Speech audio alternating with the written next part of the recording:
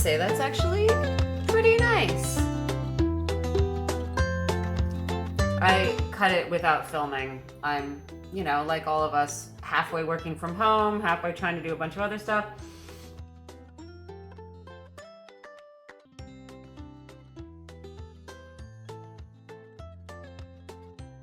It's me! I'm back. Okay.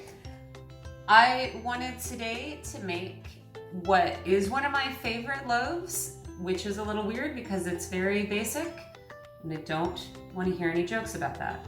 But this is just a soft sandwich loaf, which I think is great because it's really versatile. They last a long time. I think that the beautiful rustic sourdough boule honestly is probably at its best in its first 24 hours. And after that, I like to freeze it. But this loaf you can leave out on your counter for several days. It's really easy to slice. It's really great for sandwiches, really great for kids who might not want to experiment with stuff. I don't know. I think it's handy dandy. And it looks just like a commercial loaf of bread. I find it very, I don't know, appealing to think that I can make something that looks like it was made by a specialist in a factory somewhere. That's just me. But this calls for water, starter, oil, honey, flour, and salt. Not a lot of complicated ingredients. Slightly different process than we went through before, but it's, I think it is not going to be overwhelming.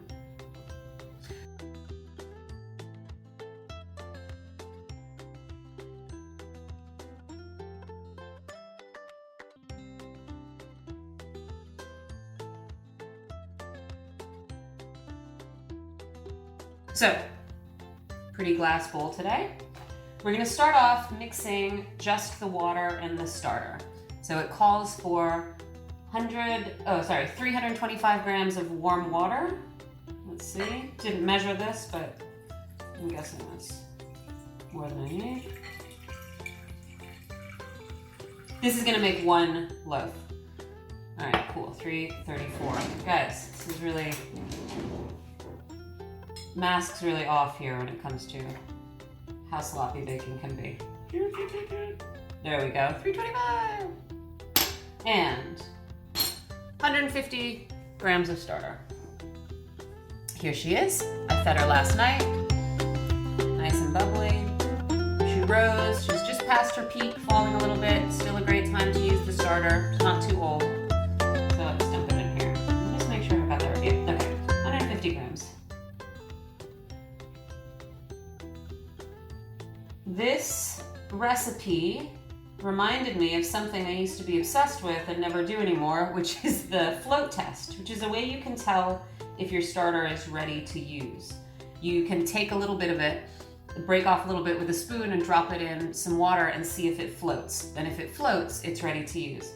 It's useful, but I don't know. I often find like little bits of starter won't actually float, even if the larger thing is ready to go, maybe just because you didn't break off a bit that had gas in it or whatever. So I think honestly just keeping an eye on your starter and knowing when you last fed it and how long it takes to rise is okay. And if that sounds intimidating, honestly, you can pretty much always feed your starter right before you go to bed and use it when you wake up. That should be fine, unless your house is really hot.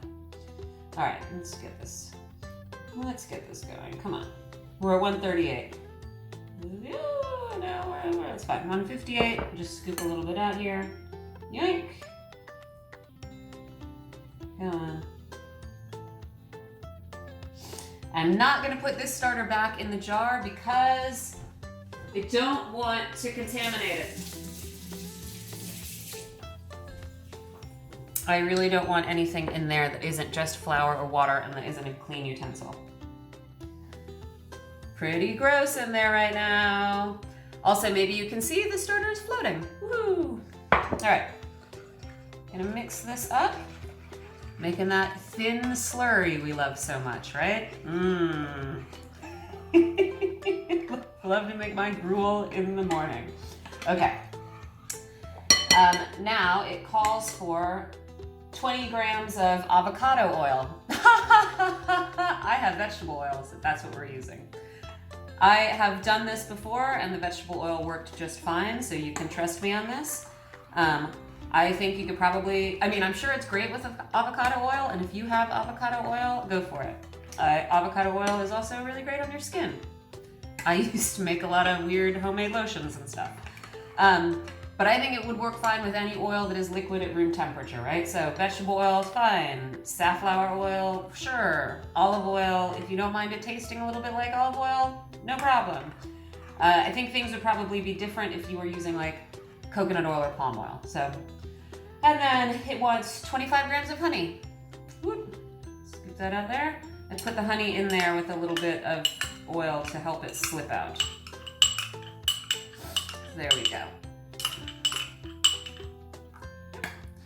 And we'll get that going. Yep, looking even better.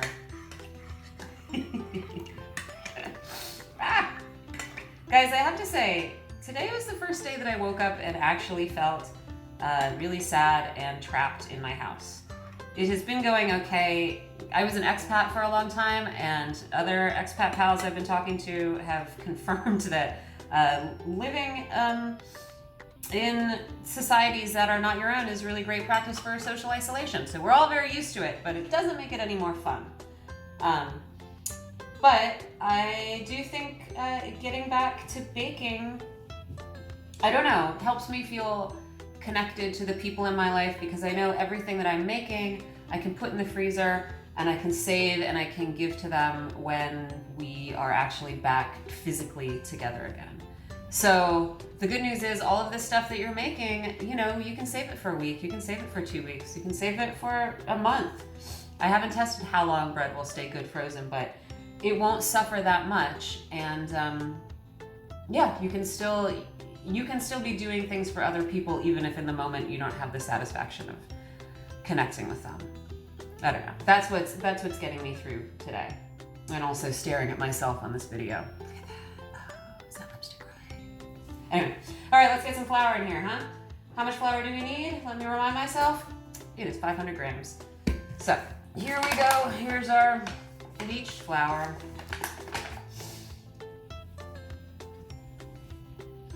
Let's get up to 500. Should I add a little bit of the last sprouted wheat? Maybe I'll put in a tiny bit. Just a tiny bit.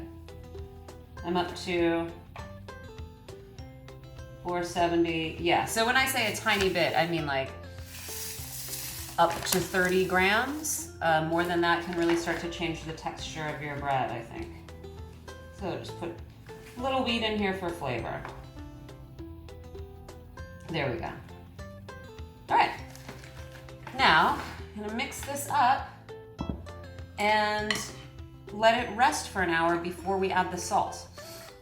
This is an interesting process because I don't usually do recipes where you add everything all at once and then add the salt. Usually, if you're breaking things apart, it's usually more of a process, right? Like first you mix the water and the flour, then you add the starter, then you add the salt. But this one wants to do things a little differently, and it works, so who am I to judge?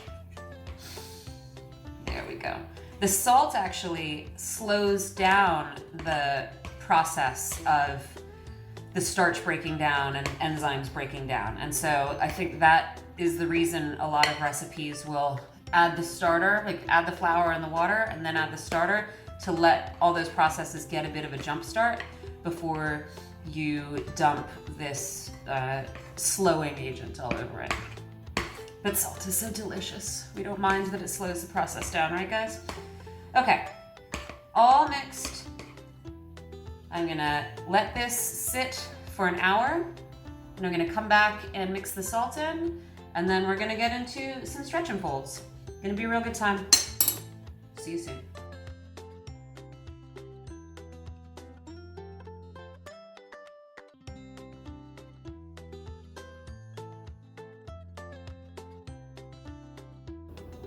We're back. We're all back. Let's put some salt in our sandwich bread. It has been resting, salt-free, but with all its oil and honey and flour and water. Let's see how it's gone. Has it gotten stretchier? Oh, indeed it has. All right, let's put in some salt. This recipe calls for about 8 grams of salt. You guys know I'm not gonna measure it. I'm just gonna pour it in here. A little less this time because it's got some honey in it, and I would like to, I don't wanna overpower the little bit of sweetness that might be in there. Get this out of the way so you can see. I will sprinkle it across. No, not that way. Just kidding, it's fine. All right, and now I'm just gonna work it through. Ooh, this dough is very nice and elastic, and it still feels kind of warm from the warm water I put in it, which is pretty cool. It's very pleasant because this weather outside is terrible. And I'm really tired of constantly being either overdressed or underdressed and feeling uncomfortable and having sticks and pollen just fly into my eyeballs every time I'm out there. So, yeah. I long to be outside, and yet, I long for the outside to be kinder to me sometimes. People. Okay, there we go. I think that is worked in. You are not gonna overwork your dough at this point, so pinch it, gnash it, pull it, whatever. You know, irritate it, manipulate it, and we will walk away for half an hour and come back, and we'll get ready for, I believe it is, 4 rounds of stretch and folds at half-hour intervals, which is just 2 hours. Not so bad. Then we're gonna put this sucker in the fridge overnight. This one is a pretty easy recipe, I think. Yields a nice big loaf, and it lasts a long time. You can make lots of sandwiches with it. That's all I want in my life, really. Just lots of sandwiches.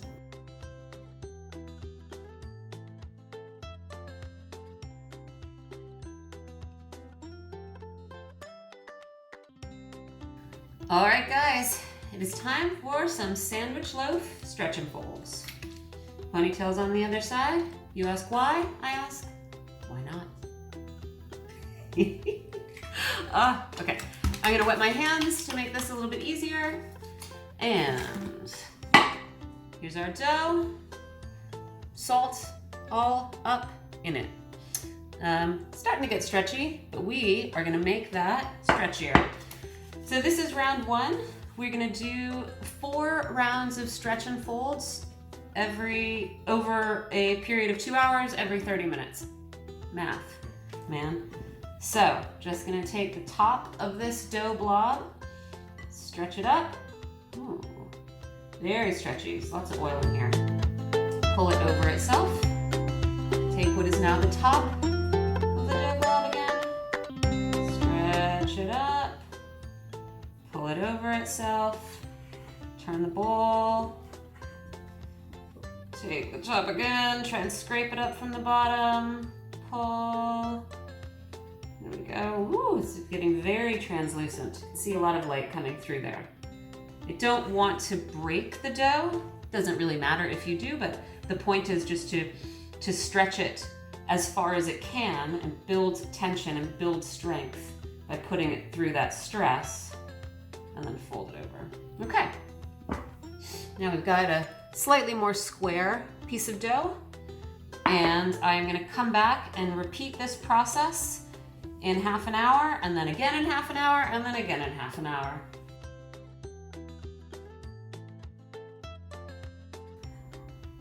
Gonna do one last round of stretching and folding of this sandwich dough, and then it's just gonna go sit in the refrigerator for the night.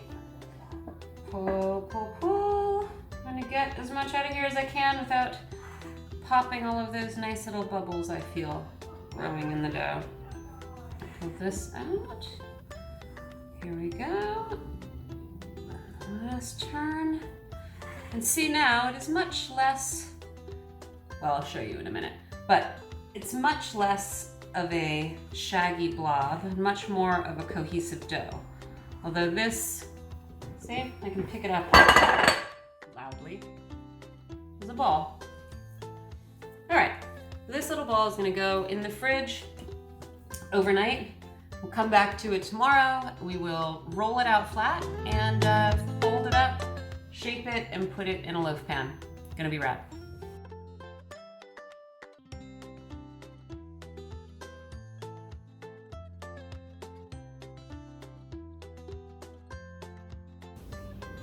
Good morning. All right, it's time to shape our sandwich loaf, which is right here. I took it out of the fridge about an hour ago, and it's been resting to come to room temperature and get a little bit warmer. Whew, it's very rainy outside right now, and I just woke up. Yeah, so we are gonna tip this out onto a lightly floured surface. I'm gonna lightly flour mine a little bit more. And then we are going to gently roll it flat, which seems weird, right? Since we spent all this time trying to get little pockets of air to grow in it. But we're gonna roll it out very gently. Mine is still a little cold, but last time I did this recipe, I forgot to bench rest it at all, so I have a feeling it's gonna be fine. I think if you take this straight cold from the fridge, it will not be a terrible disaster, but probably better if you let it warm up a little. Get some flour underneath there. We don't want it to stick. It's a nice soft dough. There. And now I'm going to put a little bit of flour right on it. There we go. Now you can see it. Maybe I'll roll it from this end. Now I have the biggest rolling pin in the world. It weighs like 85 pounds. Somebody gave it to me. I don't say no to things. I like it when people give me things. You do not need to use the heaviest rolling pin in the world. You don't need to use a rolling pin at all. You can just use a bottled liquor or bottled wine or whatever you have lying around. I will say, if you go the bottle of liquor route, make sure the top is tightly twisted, because there is a reason Snoop doesn't sing about gin and cookies. And I tell you this from experience, because this is a new addition to my kitchen. I've been using a gin bottle for years. All right, so I'm rolling this out, but I'm trying to do it pretty gently because I don't want to squish any more air than I actually have to. I'm trying to give you guys a good angle here. Maybe I can fix that thing. Wait, here. Does this help? Oh, there it is. I think we can all live with a little real world adjustment, right? Okay. Sticking a little bit to the rolling pin, but I don't really care that much because we are just gonna shape this afterward. So, here we go. I'm gonna make it into a big rectangle. Although mine is still looking pretty squarish. I don't know if it really needs to be a particular shape. All right, you know what? I think that's all right, because I can still see these little bubbles under the surface and I don't want to crush all of their spirits. So I'm gonna call that big and flat enough. Okay. Now, you're gonna wanna put your loaf in a loaf pan like this. It can be metal, doesn't matter. And if you're using one of these, I highly recommend buttering it. Take a stick of butter and get all the corners there, because sometimes it can stick. I've also sometimes, when I just really didn't want to deal with dough sticking, cooked the loaf in parchment paper inside one of these things. That will also work just fine. I'm not gonna do that because I have another weird piece of equipment that I'm gonna show you. All right, so I'm gonna take the top two sort of corners of this and fold them in almost like an envelope. So it forms a little triangle, and then I'm gonna just roll from this end, and we'll roll it up kind of loosely. There's a nice hair of mine in there. Sorry. And now I'm just gonna tuck the ends kind of under, and I feel like that is looking loafy. There we go. Oh, that hair really doesn't want to come away. Rid of it. All right, it's nice and soft. It's shaped up here. can put an egg wash on this later if we want to. And now you can plop it right in your loaf pan. I'm gonna plop it right in this giant industrial loaf pan, which again, somebody gave me and I love because it's got these like metal mesh holes on the side, so nothing sticks to it. It's so cool. I love it. All right, yeah, so here's my dough. Just stick it right in the middle there. I'm gonna cover it. And now, there. This says we wait for it to rise up over the top of the pan. Right now mine is a little bit over the top of the pan anyway. I'm gonna give it about 2 hours. I just wanna see it, I wanna see it rise a little bit. I wanna see it get a little bit puffy, but I'm not gonna watch for a specific rise. If yours is sitting below the top of this pan, then yeah, go ahead, put it in, cover it, and then once it starts to peek over, that's gonna be about time to cook. I think that's gonna be about 2 hours.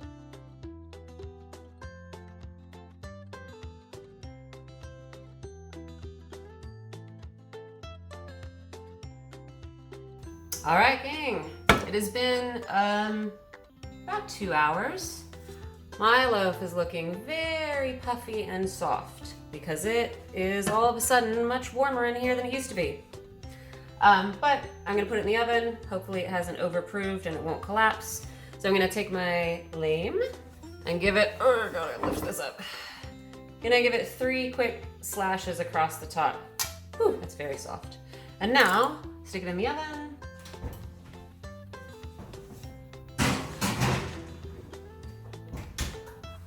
The oven is at 400 and I've put a pot of water in there to get all steamy.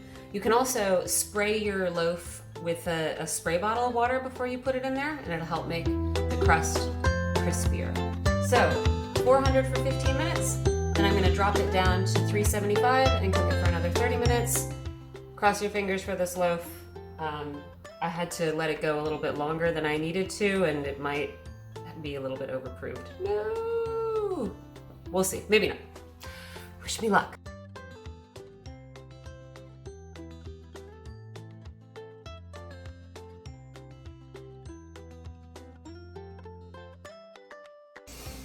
Guys, I set my timer and then I turned it off and then I forgot I turned it off and I had to run over to the oven and take this bread out, worrying that it was going to be terribly burned because I don't remember when I stopped that dinging thing.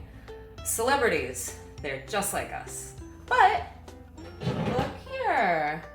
Look at that lovely loaf. I'd say that looks pretty good. Obviously, my last minute scoring was not great.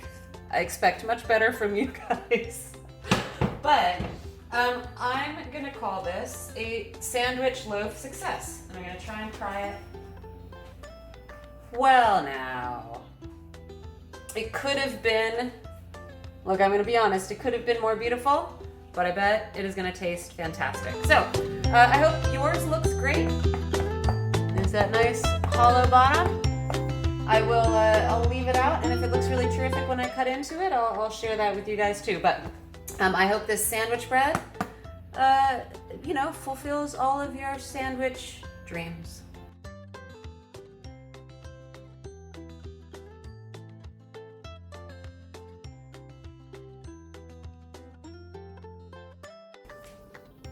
Guys, I promised to come back and show you what our bread actually looked like. Look at this. I'd say that's actually pretty nice. I cut it without filming. I'm, you know, like all of us, halfway working from home, halfway trying to do a bunch of other stuff. Look at that. But yeah, see, so I had to proof it for too long. I forgot about the timer in the oven. It's probably slightly crustier than it needs to be. But still, it all worked out just fine. So, hoping your loaves are even better. See you next time.